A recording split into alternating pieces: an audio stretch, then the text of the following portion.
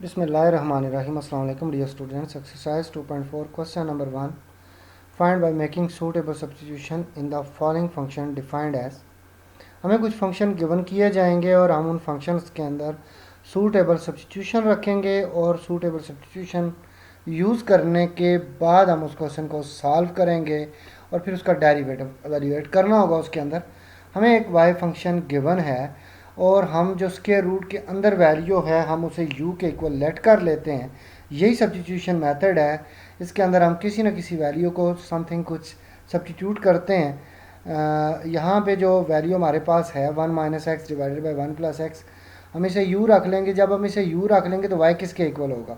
y is equal to square root of, और इस value की प्लेस पे आ जाएगा u अब, ठीक है। और u इसी के सामने लिख लेते हैं कि u इस वैल्यू के इक्वल है।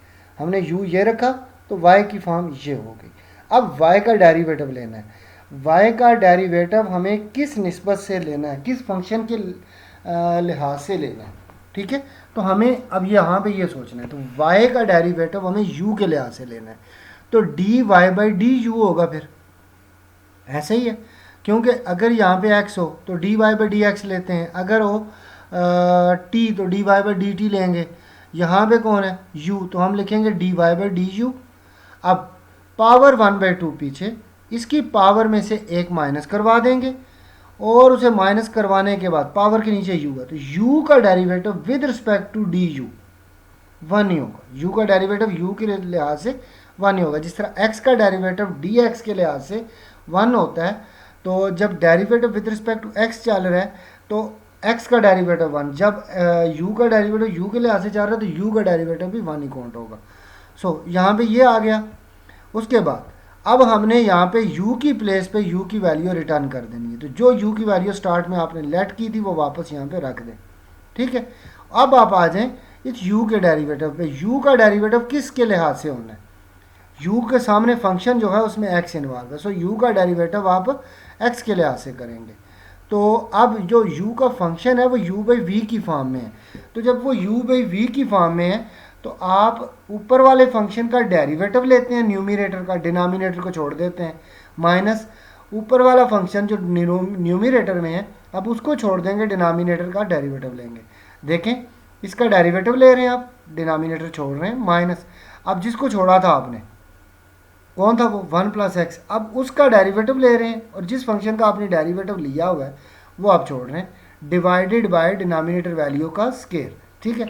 ये u बाई वी फंक्शन का डेरिवेटिव लेने का रूल है जो हमने 2.3 में बहुत सारे क्वेश्चंस के अंदर ऑपरेट किया, ठीक है। अब हमने इसको सिंप्लीफाई करना है।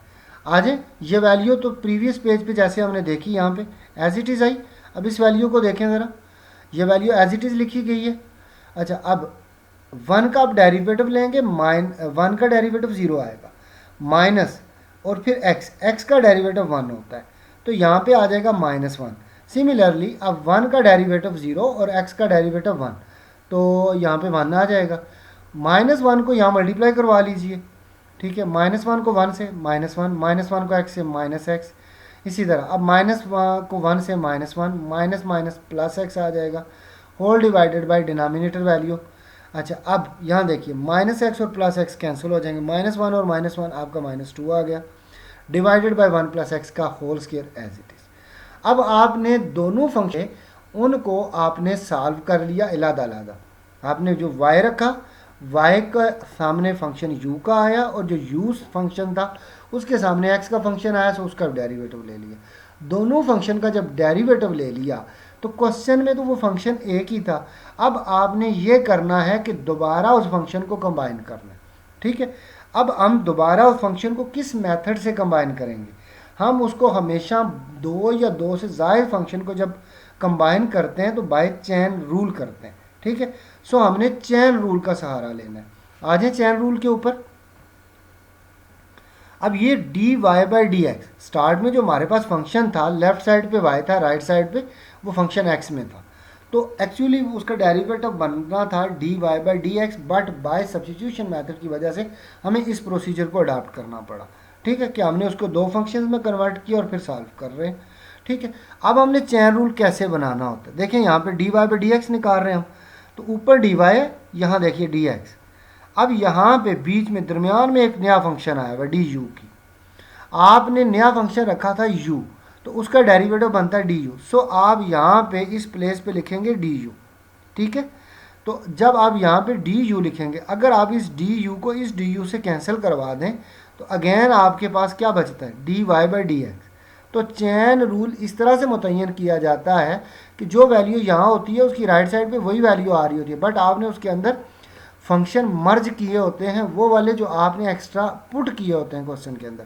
तो हमने नया फंक्शन u यहाँ पे यूज़ किया, सो हमने यहाँ पे चैन रूल में उसका डेरिवेटिव डी यू जो है वो इस्तेमाल किया। अब d y by d u किसके इक्वल है, ये वैल्यू है।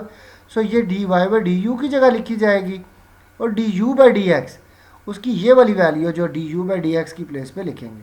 अब इसको सिंप्लीफाई करें आप, ये 2 और ये 2 कैंसिल हो जाएंगे, 1 प्लस एक्स की पावर सेपरेट करें और उसे न्यूमिनेटर से डिनोमिनेटर में ले आए, ठीक है।